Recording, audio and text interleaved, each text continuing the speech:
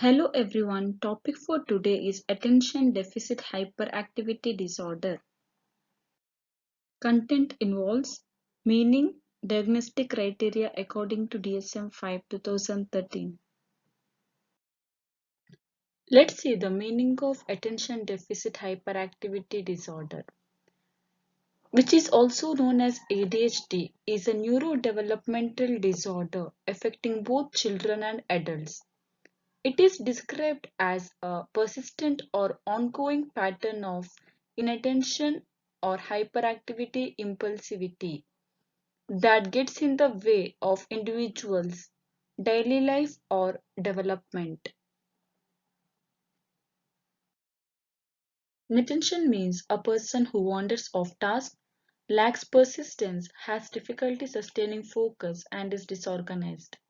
These problems are not due to defiance or lack of comprehension. Hyperactivity means a person seems to move about constantly, including in situations in which it is not appropriate. Impulsivity means a person makes hasty actions that occur in the moment without first thinking about them and that may have a high potential for harm. In order to be diagnosed as an ADHD, the following criteria must be met. Criteria A refers ADHD as an ongoing pattern of inattention or hyperactivity impulsivity that interferes with functioning or development. It is characterized by inattention, hyperactivity, and impulsivity. To make diagnosis, children and adolescents must exhibit 6 or more symptoms of inattention, and at least 5 symptoms must be present in older adolescents and adults. Symptoms of inattention have been persisted for at least 6 months to a degree, and that is inconsistent with developmental level and negatively impacts social, academic, and occupational activities. All symptoms must be present in at least one of the setting, that is, home, school, and workplace. Note that symptoms are not exclusively manifestation of oppositional behavior, defiance, hostility, or failure to understand task or instruction. People with symptoms of inattention may often overlook or miss details, make careless mistakes in schoolwork, at work, or during other activities, have problems sustaining attention in task or play, including conversation, lectures, or lengthy reading, not seem to listen when spoken directly, not follow through on instructions and fail to finish schoolwork, chores, or duties in the workplace or start tasks but quickly lose focus and get easily unfocused. Have problems organizing tasks and activities such as what to do in sequence, keeping materials and belongings in order, having messy work and poor time management, and failing to meet deadlines. Avoid or dislike tasks that require sustained mental effort, such as schoolwork or homework, or for teens and older adults, preparing reports, completing forms, or reviewing lengthy papers. Lose things necessary for tasks or activities, such as school supplies, pencils, books, tools, wallets, keys, paperwork, eyeglasses, and cell phones. Be easily distracted by unrelated thoughts or stimuli. Be forgetful in daily activities such as chores, errands, returning calls, and keeping appointments. To make diagnosis, children and younger adolescents must present 6 or more symptoms of hyperactivity and impulsivity, and at least 5 symptoms must be present in older adolescents and adults.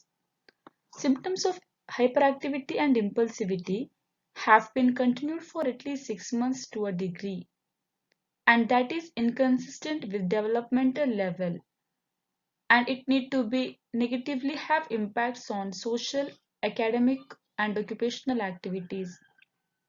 All symptoms must be present in at least one of the setting, that is home, school, and workplace.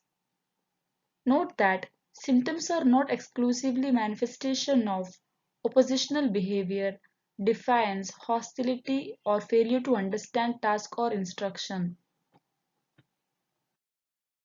People with symptoms of hyperactivity may often fidget and squirm in their seats.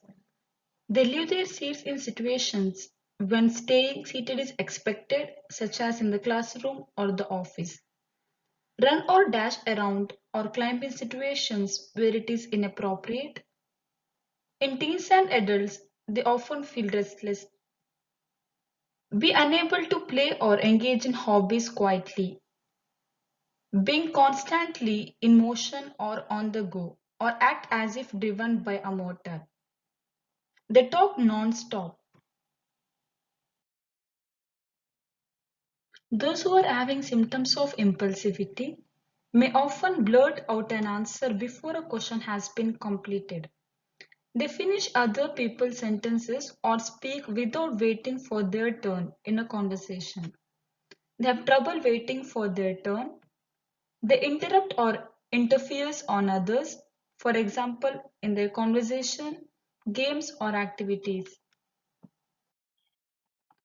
Criteria B refers that for an adolescent or adult to receive a diagnosis of ADHD, the symptoms need to have been present before age 12 years.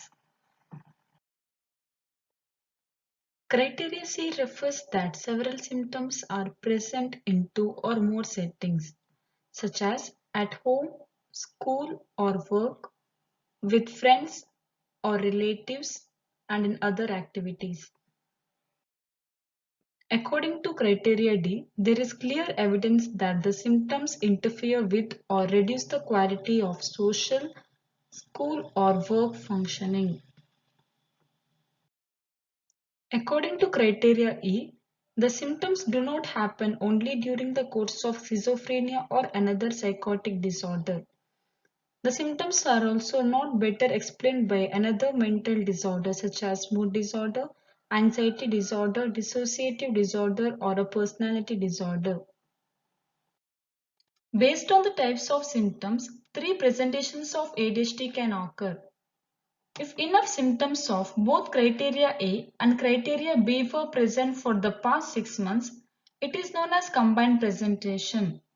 If enough symptoms of criteria A but not criteria B were present for the past 6 months, it is known as predominantly inattentive presentation. If enough symptoms of criteria B but not criteria A were present for the past 6 months, it is known as predominantly hyperactive impulsive presentation. Because symptoms can change over time, the presentation may change over time as well. So it is important that when diagnosing ADHD, it need to be specified. If fever, impairment in social, academic or occupational functioning have been met for the past 6 months, then partial remission should be specified. Current severity can be specified as mild, moderate or severe, relying on symptoms present that result in impairment in social or occupational functioning. You can find the references which are used for ADHD in description box as well. Thank you. For more updates, please share, subscribe and like my channel. Have a great day.